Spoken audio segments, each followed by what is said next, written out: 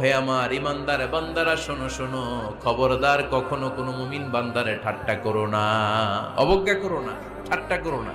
তার মনে কষ্ট হয় এমন কোনো কথা তারে বলো না। নেভার স্কপ অফ এনিবডি, কাউকে নিয়ে ঠাট্টা করবেন না। তার দেহ নিয়ে, তার আকৃতি নিয়ে, তার বংশ নিয়ে। এক লোকের বাবা ছিল চোর, কিন্তু তার ছেলে অনেক ভালো। আপনি কি তারে বলতে পারবেন তুই চোরের ঘরের চোর? বলতে পারবেন? চুরি করছে বাবা, ওর কি দোষ? কথা বলেন। এগুলো কবিরা গুনাহ। আওয়াজ করে বলেন তো কি গুনাহ? কবিরা গুনাহ। কারো আকৃতি নিয়ে, আমার ফরিদপুরের কলিজার টুকরা যুবক ভাইরা, কারো আকৃতি নিয়ে কখনো অবজ্ঞা করবে না, তুচ্ছ জ্ঞান করবে না। এটা কবিরা গুনাহ, এটা আল্লাহ খুব অপছন্দ করেন। এর কারণ আকৃতিটা আমাদের হাতে নাই। আমাদের কারো নাক লম্বা, কারো খাটো, আমরা কেউ কালো, কেউ সাদা, আমরা কেউ স্মার্ট, কেউ অন্যরকম। তো এই যে আমাদের এক এক ধরনের আকৃতি, এটা কি আমি বানাইছি?